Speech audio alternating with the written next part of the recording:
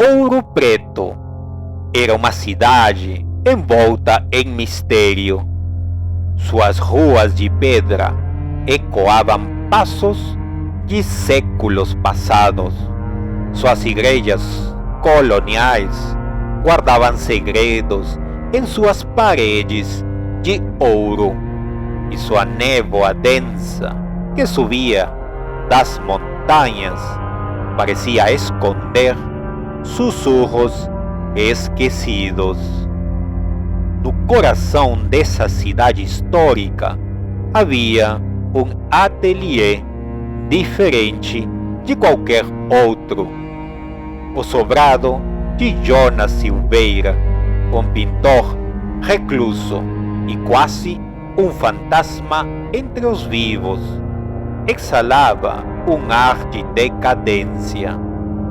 Suas janelas estavam sempre fechadas, a madeira do portão carcomida pelo tempo, e a única luz que escapava dali era um brilho esverdeado, filtrado pelas velhas cortinas pesadas. Jonas não era um homem sociável. Sua presença nas ruas era rara, mas quando aparecia, carregava consigo o cheiro pungente de óleo de linhaça e terebintina. As poucas pessoas que compravam tintas para ele diziam que o artista fazia exigências estranhas, pigmentos específicos, cores que ninguém mais pedia, misturas que deixavam os comerciantes desconfortáveis. Mas o que mais intrigava era sua arte. Quando expunha suas pinturas, o público saía perturbado. Os rostos retratados tinham uma qualidade hiperrealista. Os olhos, em especial, pareciam vivos, como se tentassem dizer algo, como se implorassem para sair da tela. Eduardo Melo, um estudante de artes da USP, chegou a Ouro Preto, fascinado pela história da cidade e pelo mistério em torno de Jonas Silveira.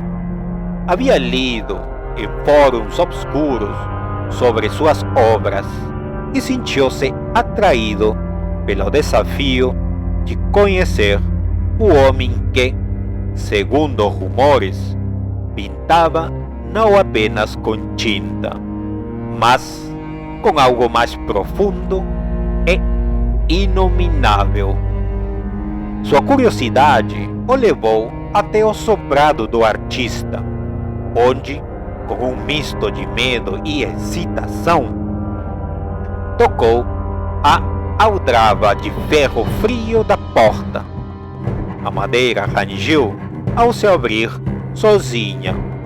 Lá dentro, o cheiro era avassalador, uma mistura de verniz, poeira e um odor metálico indefinível. Eduardo hesitou, mas a escuridão do corredor parecia convidá-lo.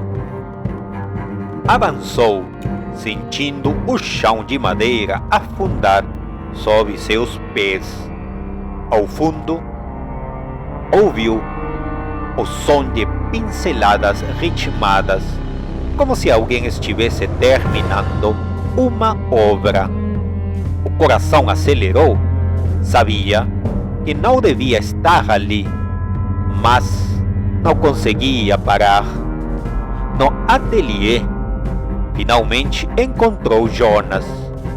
O pintor não o olhou, apenas murmurou enquanto traçava um detalhe minucioso na tela diante dele. Fique, quero terminar seu retrato. Eduardo sentiu um arrepio percorrer-lhe a espinha. Como Jonas podia estar pintando seu retrato se nunca haviam se visto antes? Aproximou-se com cautela e, quando finalmente teve a visão completa da tela, a respiração lhe faltou. A pintura estava quase pronta e nela Eduardo estava retratado com uma precisão aterradora. Seu rosto estava contorcido em uma expressão de terror, os olhos arregalados como se tivessem sido esculpidos na própria tela. A luz da sala piscou por um instante e por um segundo fugaz. Teve a impressão de que os olhos pintados se moveram, seguindo seus movimentos. Tentou recuar, mas um barulho molhado veio de trás. Virou-se e viu um balde de metal tombado, derramando um líquido espesso e vermelho pelo chão. Seu estômago se revirou ao perceber que não era tinta. Antes que pudesse gritar, sentiu mãos frias tocar em seus ombros. Jonas, agora de olhos vidrados, murmurava palavras inaudíveis. Suas pupilas dilatadas, refletindo algo que Eduardo não conseguia compreender. A tinta precisa de alma. O pintor sussurrou antes que tudo se apagasse. A ausência de Eduardo foi notada 3 dias depois, quando a pousada onde estava hospedado acionou a polícia. Seu quarto continuava intocado, seus pertences ainda ali, mas não havia sinal do estudante. Guiados por rumores, os policiais foram até o sobrado de Jonas. Encontraram a porta entreaberta e um silêncio sepulcral preenchendo o ar. Lá dentro, o ateliê parecia um santuário de loucura. Quadros estavam espalhados pelo chão, todos retratando figuras de expressão aterrorizada. O mais recente deles mostrava Eduardo exatamente como estava na pintura inacabada que vira antes de desmaiar. Havia algo de errado na tela. A textura da pele parecia real demais. Os olhos tinham um brilho assustador. Os peritos recolheram o quadro para análise e, dias depois, a revelação veio à tona. Fragmentos de epiderme humana misturados aos pigmentos. A tinta carregava um horror indescritível. Jonas, no entanto, havia desaparecido. Seu nome ecoou por Ouro Preto como uma assombração e a casa foi lacrada. Mas alguns juravam que, nas noites de lua cheia, a porta do sobrado rangia sozinha e um cheiro metálico se espalhava pela rua. Jonas foi encontrado semanas depois, boiando no córrego do funil, com os olhos arregalados e as mãos crispadas como garras. Seu corpo estava mutilado de maneira estranha. Não havia cortes convencionais, mas sua pele parecia desbotada, como se algo tivesse sido arrancado dele.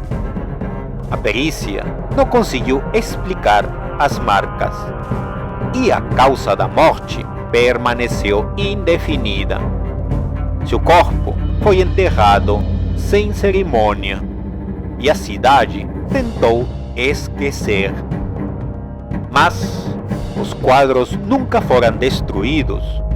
O quadro de Eduardo desapareceu do depósito policial, assim como outras pinturas do artista.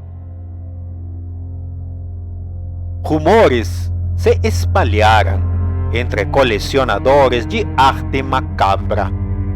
Algumas pinturas de Jonas haviam sido vendidas no mercado negro, e histórias perturbadoras começaram a surgir. Relatos diziam que os rostos nas telas mudavam de posição quando ninguém olhava, que os olhos piscavam.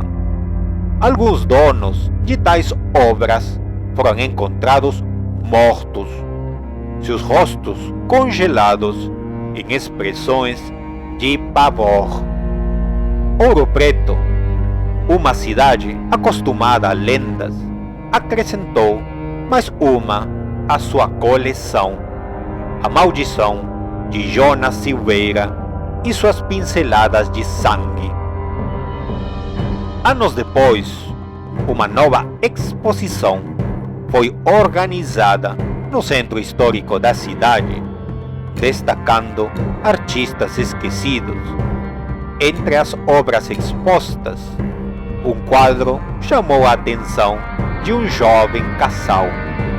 A pintura, marcada pelo hiperrealismo perturbador, mostrava o rosto de um jovem de olhos arregalados, sua boca entreaberta, como se quisesse gritar. O nome da obra: Retrato de Eduardo. A mulher inclinou-se para olhar mais de perto, sentindo um arrepio subir por sua espinha.